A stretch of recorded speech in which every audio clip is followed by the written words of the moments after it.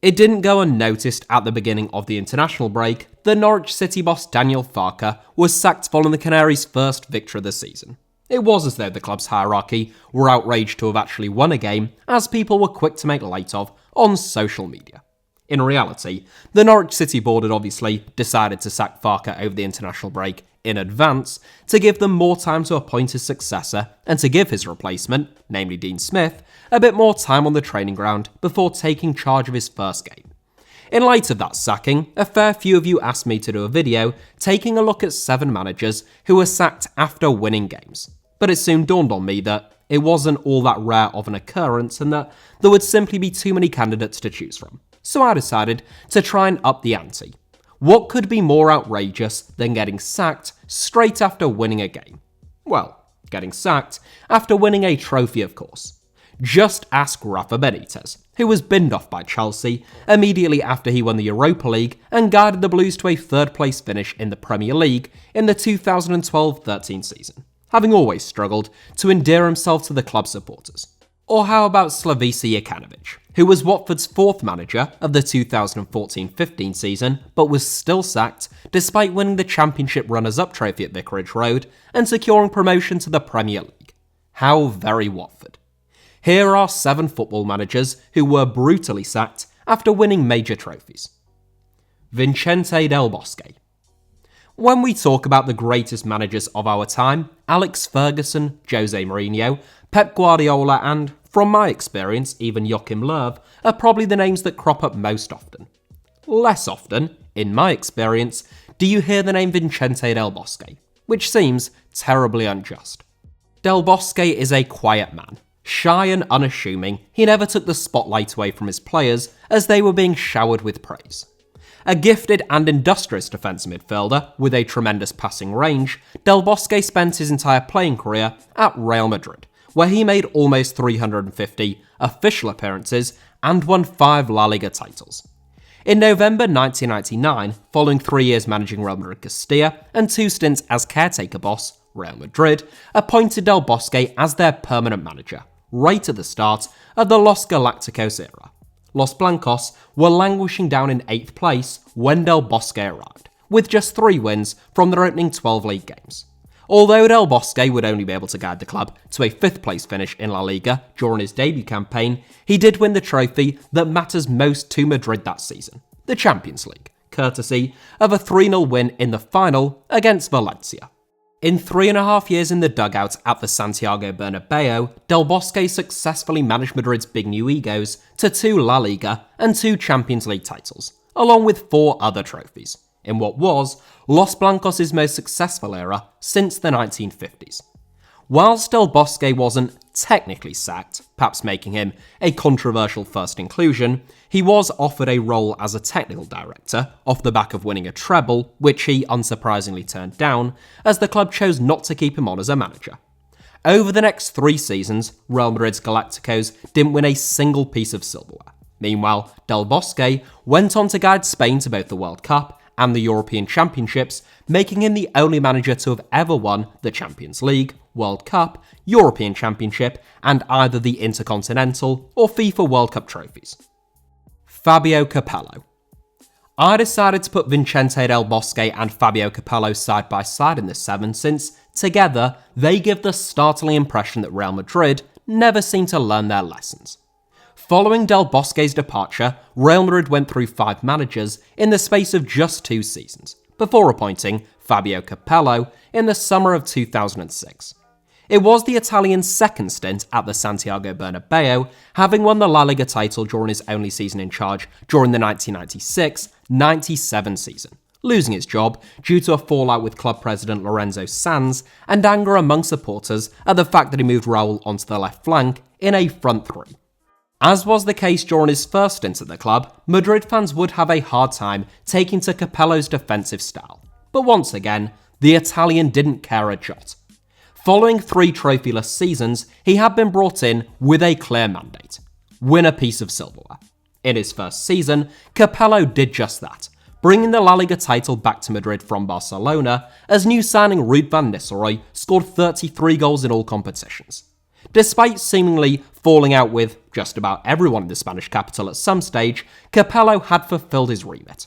But it wouldn't be enough. If you cannot get the fans on side at the Santiago Bernabeu, you're never likely to last long in Madrid. And Capello's comments of "those days are over" when asked about beautiful free-flowing football returning to Real Madrid did a lot to sour that relationship. Nonetheless, getting sacked twice by Real Madrid after single seasons in which he won the La Liga title is pretty impressive going, so Capello had to feature. Louis van Gaal. Louis van Gaal has technically twice been sacked after winning trophies, but only once after winning a major trophy, and it is that sacking that earns him a spot in this 7. Van Gaal was appointed by Manchester United in the summer of 2014 as David Moyes' successor, off the back of an impressive run to the semi-finals of the 2014 World Cup with a far from glittering Netherlands team. The Dutchman returned the Red Devils to the Champions League via a 4th place finish in the Premier League during his debut campaign, though it is worth noting that he did so with the benefit of far greater resources than David Moyes was afforded during his first summer in charge. Ander Herrera, Luke Shaw, Marcus Rojo, and Angel Di Maria all arrived in big money moves, along with the likes of Daley Blind and a loan deal for Radamel Falcao. During Van Gaal's second season in charge, Manchester United slipped to 5th place in the Premier League, missing out on Champions League qualification to their Manchester rivals by virtue only of goal difference, despite a strong end to the season. That strong finish was most evident in the FA Cup, where Manchester United beat Crystal Palace 2-1 in the final, thanks to a 110th minute winner from Jesse Lingard, in an afternoon that was marred by the disgraceful scenes in the opposition dugout, namely Alan Pardew's dancing. Van Gaal and the Dutch members of Manchester United's coaching team were sacked just 2 days after Wayne Rooney lifted the FA Cup at Wembley Stadium, which must surely be among the quickest post-trophy sackings in the history of the sport. Following 5 years out of the game, Van Gaal came out of retirement to become the Netherlands boss for a 3rd time in August of this year. Bobby Robson. Another manager who wasn't technically sacked, but might as well have been. Whilst managing a Spanish giant, Bobby Robson's success at FC Barcelona seemingly came as a bit of a shock even to the people who actually chose to appoint him. One of very few English managers to have enjoyed success on the continent, particularly during the modern era, Robson had twice previously rejected the Barcelona job before he arrived at the Camp Nou in a case of 3rd time lucky in 1996. Robson replaced Johan Cruyff in Catalonia, a thankless task if ever one existed. Though, it is worth noting that Barca hadn't actually won a major trophy in 2 seasons under the Dutch legend. Robson brought an immediate end to that drought during his debut campaign, winning a shock treble, inspired by the goals of Brazilian youngster Ronaldo, who Robson brought to the Camp Nou from his own former club PSV, making his signing for a world record fee a condition of him actually joining the club. Barcelona won the Copa del Rey, the Spanish Super Cup, and the UEFA Cup Winners' Cup, missing out on the La Liga title by just 2 points to Real Madrid, despite playing 12 games more than their El Clasico rivals during that season. Nonetheless, as with Capello in Madrid, it was Robson's style that would be his undoing. Anybody replacing Johan Cruyff would have struggled in this regard, and Robson couldn't understand Barca fans' complaints, so long as the team were winning games. In truth, Robson was always appointed as a stopgap until Louis van Gaal arrived from Ajax, and whilst his treble win made it harder for Barca to justify that decision, it wouldn't stop them from making it. Jose Mourinho. Bobby Robson is followed in this 7 by his former assistant, who has suffered a similar fate in first-team management to his old mentor. Mourinho's remarkable success throughout the course of his career means that he has left most clubs immediately after he has won trophies. At both Porto and Inter Milan, Mourinho departed immediately after winning historic trebles, including both the league title and the Champions League. Though, crucially, he wasn't sacked on either of those occasions. Mourinho's swiftest post-trophy sacking came during his first stint at Chelsea in 2007, and, on reflection, you'd have to say that it was probably one of the harshest dismissals in the history of the game. Mourinho guided Chelsea to a Premier League and League Cup double during his debut campaign, a second Premier League title the following season, and an FA Cup and League Cup double in his 3rd season. narrowly missing out on a third successive Premier League title to Manchester United, despite losing only 3 league games all season.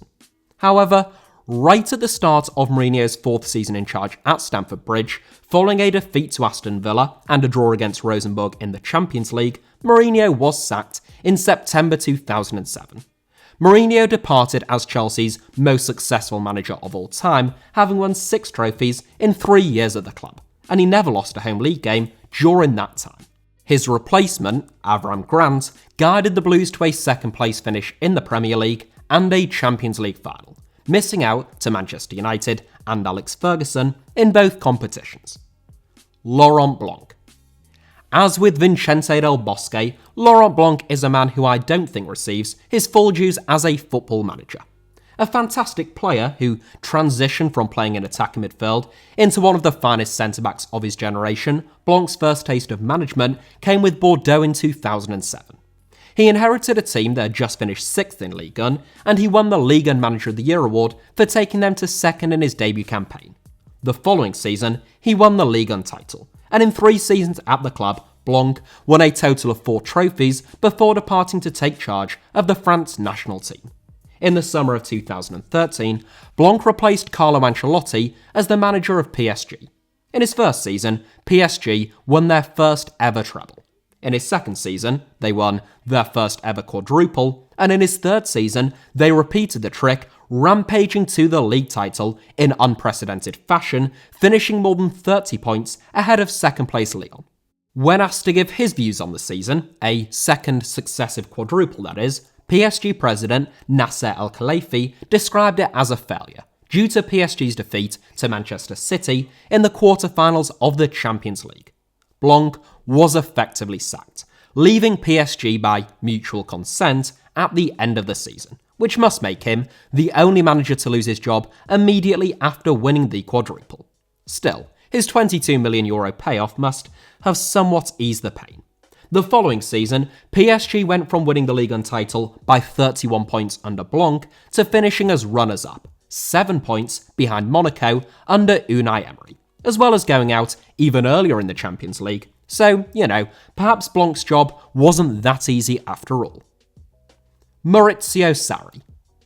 Who better to end this 7 with than a man who has sort of been sacked not once, but twice, after a single season at a club where he has won a major piece of silverware. Prior to joining Chelsea in 2018, Maurizio Sarri had never won a major trophy, despite being held in very high esteem in Italy due to his work at Napoli.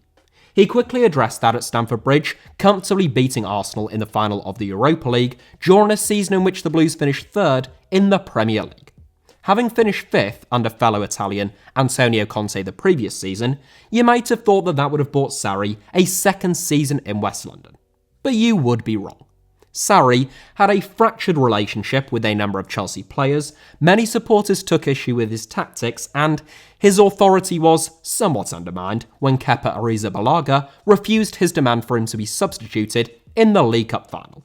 Sarri then jumped before he was pushed, with Roman Abramovich's desire to get rid of him coinciding quite nicely with Juventus' hunt for a new boss. In his only season in Turin, Sarri won the Serie A title and reached the final of the Coppa Italia, where Juventus were defeated by his old club Napoli.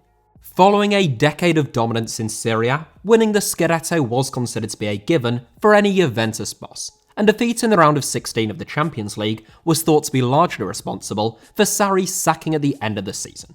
Juventus' hubris has since come back to bite them though, as the team slipped to 4th in the Serie A table under Andrea Pirlo the following season, falling at the round of 16 stage in the Champions League once again, and this season, following the return of Massimiliano Allegri, Juve are all the way down in 8th place in Serie A at the time of this recording, 3 places behind Sarri's new club, Lazio. So that is it for today's video, but thank you all sincerely very much as ever for watching. Hit the like button if you enjoyed today's video, let me know your thoughts down below in the comments, and make sure that you are subscribed and have notifications turned on for HITC Sevens. You can also find me on Twitter or on Instagram via the username @HITC Sevens on both, should you wish to do so.